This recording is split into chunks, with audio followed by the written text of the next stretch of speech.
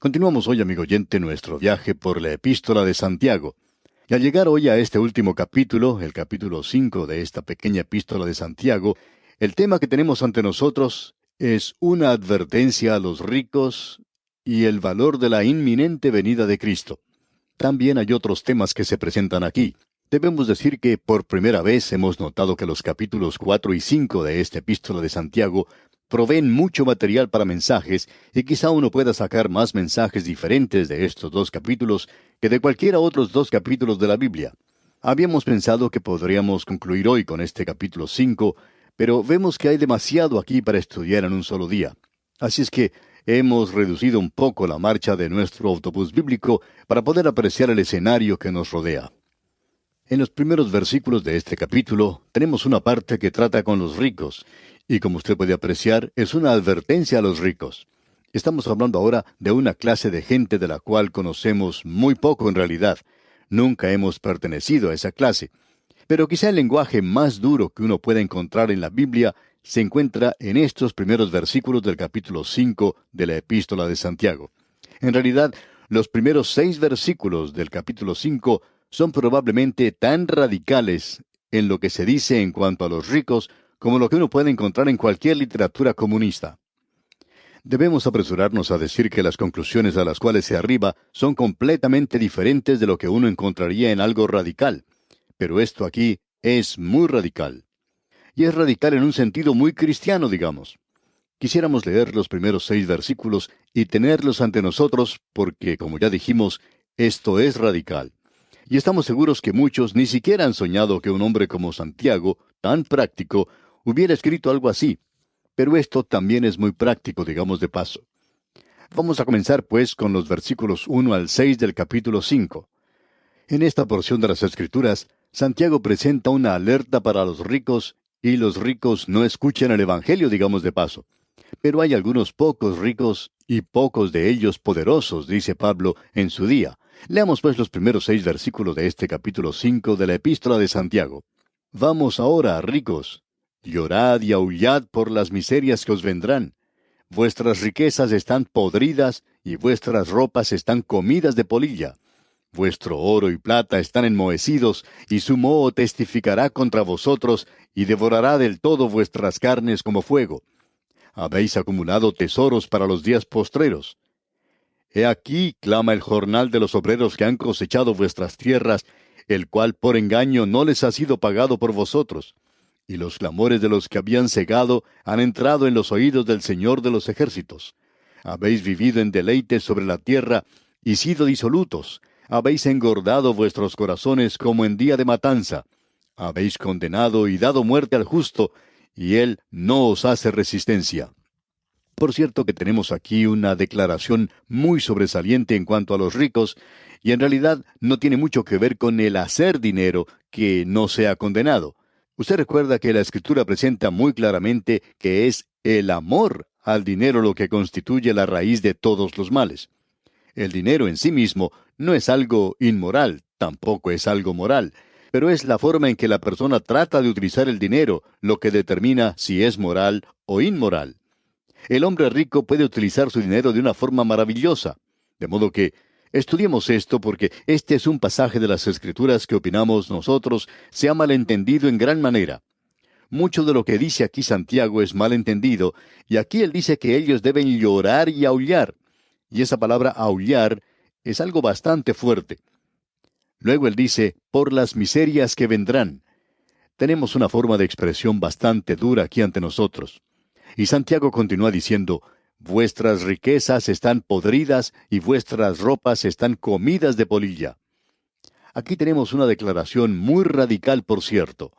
Es una declaración muy dura contra los ricos. Tenemos aquí una condenación muy clara de los ricos, no del dinero y tampoco del obtener dinero de una manera legítima, tampoco el utilizarlo de una manera honrada, sino que se habla de obtenerlo en manera ilegal, ilegítima, de obtenerlo aplastando a los pobres o acumulándolo por medios deshonestos y simplemente aferrarse a él. Usted y yo, amigo oyente, estamos viviendo en un día cuando necesitamos darnos cuenta de que los ricos están controlando al mundo. No creemos que haya ninguna duda en cuanto a esto. Es la creencia de algunos y de algunos hombres que ocupan posiciones de importancia de que un grupo de ricos controla este mundo. Lo más sorprendente de todo hoy es que, de manera especial, los ricos dicen que uno debería tener una legislación social, que uno debería cuidar de los pobres y cosas por el estilo. Eso es algo que está muy bien, pero ¿por qué es que son nada más que los ricos quienes se encuentran en la política y que piensan de manera revolucionaria, que son liberales? Amigo oyente, vamos a hablar aquí bastante directa y duramente, pero el Señor Jesucristo es quien da una ilustración en cuanto a esto. Él habló en cuanto al hombre rico y al hombre pobre, y que el pobre solamente comía las migajas que caían de la mesa del rico. Lo interesante hoy es que tenemos a los ricos que ocupan muchos cargos en el gobierno, y hoy es prácticamente imposible que un hombre pobre llegue a ser elegido presidente de su país.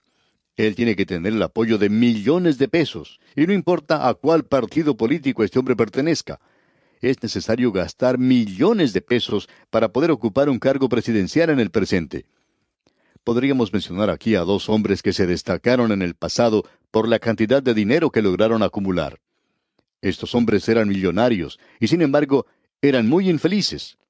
Estamos seguros que usted ha escuchado sus nombres y uno de ellos era Paul Getty, de quien se decía que era el hombre más rico de todo el mundo. Sin embargo, en su vida este hombre padeció muchas cosas. Por ejemplo, su hijo cometió aparentemente suicidio. No sabemos exactamente lo que ocurrió, pero se informa que fue un suicidio. ¿Puede usted imaginarse a uno de los hombres más ricos del mundo suicidándose? ¿Qué fue lo que sucedió? ¿Acaso se le acabó el dinero? Ahora, el nieto de él fue raptado, de modo que no podemos pensar que esta gente pueda ser muy feliz. Por supuesto, el otro hombre que tenemos en mente es Howard Hughes. Usted habrá leído en cuanto a la forma en que este hombre murió. Él viajaba de lugar a lugar, siempre tratando de esconderse de los demás, y por supuesto viviendo una clase de vida muy infeliz. Y luego él falleció encontrándose en una condición extrema completamente. Y luego se cuenta historias en cuanto a un grupo de millonarios que se reunió hace unos cuantos años. No vamos a mencionar nombres ni la historia nuevamente aquí, pero estos se reunieron y cada uno de esos hombres murieron arruinados. Varios de ellos se suicidaron. Estamos viviendo en días cuando el dinero ha llegado a ser nuestro Dios. Hace varios años atrás, una revista informativa publicó varias páginas hablando de que todo el mundo estaba hambriento de dinero. ¿Y qué cuadro el que se presentaba allí?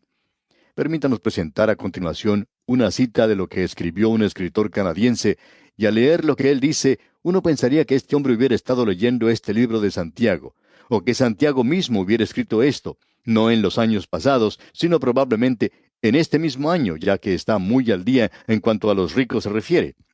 Este hombre habla, o mejor escribe, en cuanto a la gente de dinero, y permítame que citemos algo que opinamos es muy pertinente. Escuche usted. ¿Quién es el líder? ¿A dónde vamos y por qué? Esto es lo más aproximado que puedo expresar en cuanto al sentir subconsciente de la civilización occidental. Viajando a través de Europa, hablando con la gente, parece uno oír, es decir, estas preguntas se repiten una y otra vez. Por todas partes parece existir, tanto en nuestro país como en los demás, un sentido de aprehensión, lo económico, lo político, lo militar, la dirección, el propósito y el liderato. Todo ha sido puesto en la duda. Es como un barco en el medio del océano sin capitán.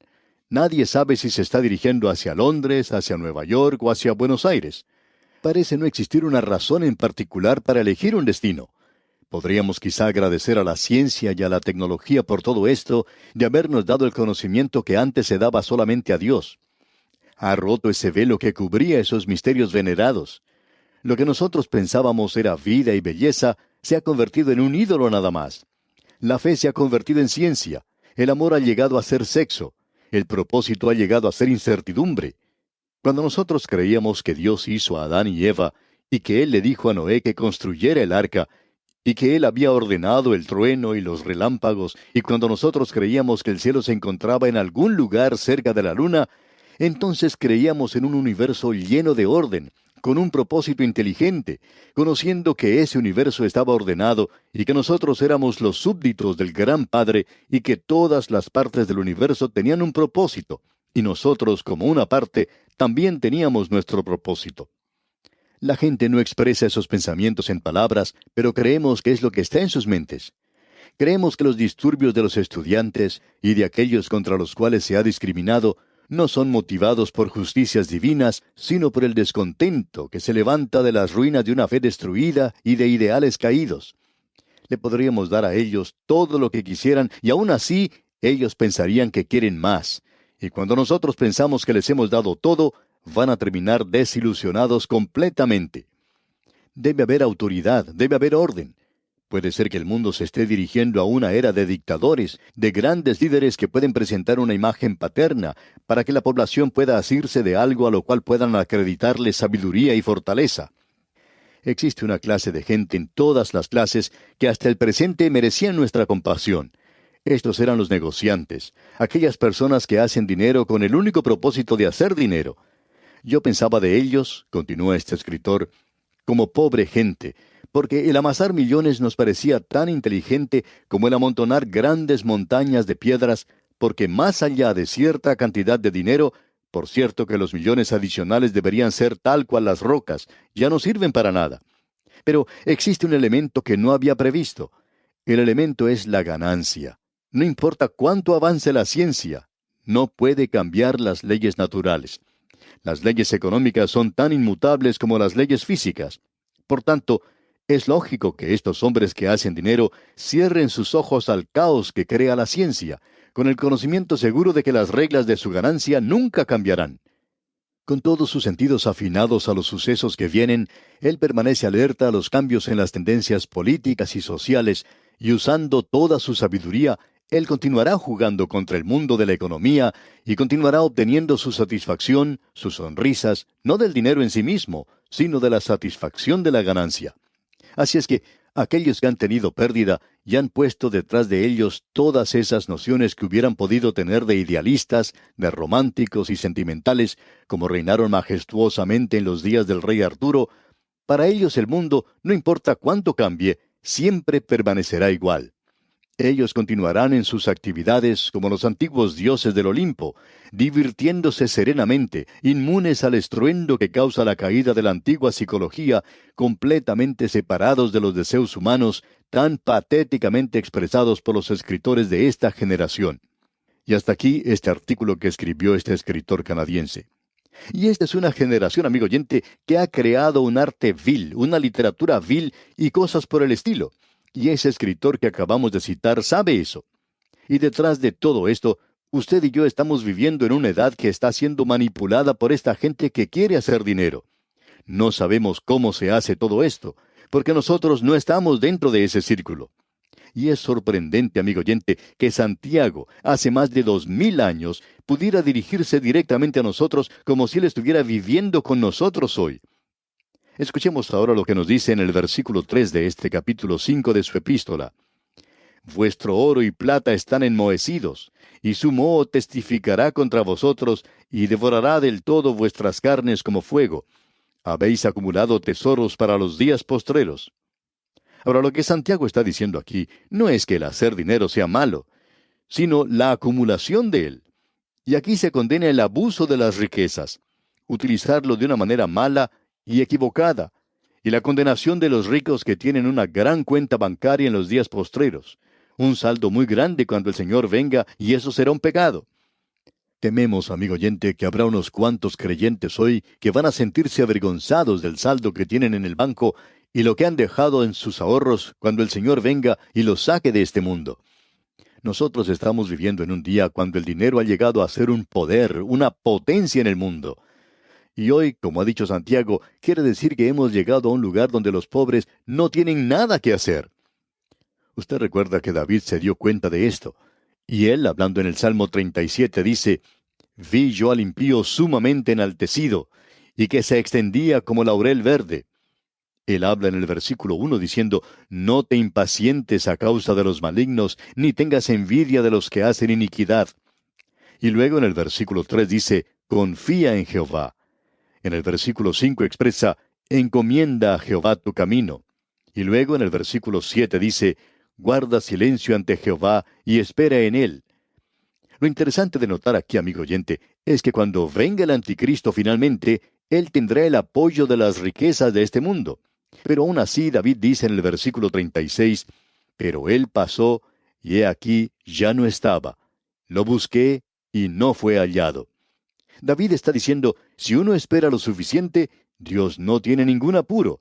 Dios arreglará las cuentas con esa persona. Escuchemos ahora lo que dice Santiago. La acumulación de tesoros y riquezas se hacía de una manera que aplastaba al pobre. Y en el versículo 4 de este capítulo 5 leemos, He aquí clama el jornal de los obreros que han cosechado vuestras tierras, el cual por engaño no les ha sido pagado por vosotros. Y los clamores de los que habían cegado han entrado en los oídos del Señor de los ejércitos. Dios escuchó el clamor del pobre, y el rico tendrá que responder por eso algún día. Y también los sindicatos laborales ricos tendrán que hacer lo mismo. No importa dónde se encuentren sus riquezas, solo Dios será capaz de tratar con ellos. Y luego en el versículo 5 leemos, Habéis vivido en deleite sobre la tierra y sido disolutos. Habéis engordado vuestros corazones como en día de matanza. Usted puede apreciar, amigo oyente, que los ricos hoy son liberales. ¿Por qué son liberales? Porque eso quiere decir que unas pocas migajas caerán de su mesa. Pero son solo migajas, recuerde eso. Y los pobres pueden tener eso. Ellos le ponen a usted en el seguro social. Ellos quieren que los pobres sean cuidados, pero al mismo tiempo cobran impuestos a los demás. Ellos no son los que pagan esas cuentas. Ellos solo quieren vivir en el placer. Y ahora en el versículo 6 de este capítulo 5 de Santiago leemos, Habéis condenado y dado muerte al justo, y él no os hace resistencia. Dios no está actuando en juicio contra ellos, y esa es una de las cosas más sorprendentes en cuanto a esto. Ahora, ¿qué es lo que el pueblo de Dios puede hacer en días como estos? Bueno, esa es una pregunta práctica, y vamos a responderla, Dios mediante, en nuestro próximo programa. Mientras tanto, le sugerimos, amigo oyente, que lea el resto de este muy interesante capítulo 5 de la Epístola de Santiago para estar al tanto de lo que diremos en nuestro próximo estudio al continuar con esta epístola de tanta trascendencia. Que el Señor le bendiga, es nuestra más ferviente oración.